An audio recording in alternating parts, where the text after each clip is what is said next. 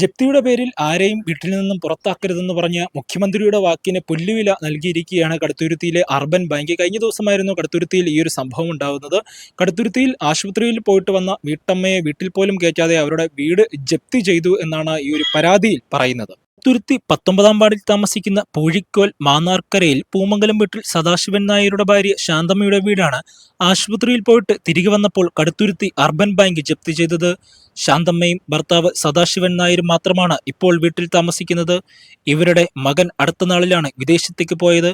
Petrol pump ജീവനക്കാരനായ സദാശിവൻ നായർ രാവിലെ ജോലിക്ക് പോയെന്നും തനിക്ക് ഷുഗറും പ്രഷറും കൂടി രാവിലെ ആശുപത്രിയിൽ പോയി തിരിച്ചു വരുന്ന വഴി വീട്ടിലെത്തിയപ്പോൾ മരുന്നും ആഹാരവും പോലും എടുപ്പിക്കാതെ പുറകിലെ വാതിൽ പൊളിച്ച് അകത്ത് കിടന്ന് താഴിട്ട് പൂട്ടി സീൽ ചെയ്ത് വീടും സ്ഥലവും ജപ്തി ചെയ്തു എന്നാണ് ശാന്തമ്മ പറയുന്നത്.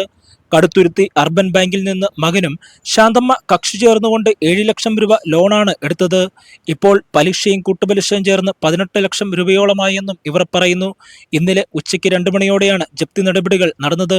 ഉടുതുണി മാറാനോ ആഹാരം കഴിക്കാനോ മരുന്ന് പോലും എടുക്കാൻ ബാങ്ക് അധികൃതർ സമ്മതിച്ചില്ല എന്നും മാർച്ച് 28-ാം തീയതിക്കകം പൈസ തിരിച്ചടയ്ക്കാമെന്ന് പറഞ്ഞിട്ട് പോലും ഒരു വിട്ടുവീഴ്ചയും നൽകിയില്ല എന്നും ശാന്തമ്മ പറയുന്നു.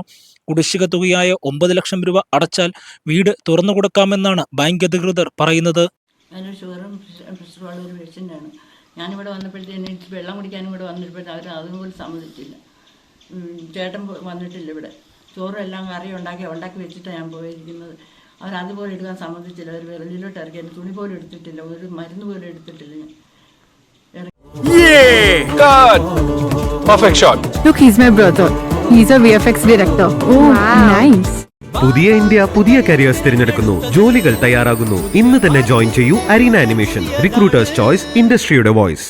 വിട്ടിരിക്കുക 28-ാം തീയതി വരെ സാവകാശം ചോദിച്ചാൽ അവർ തന്നില്ല.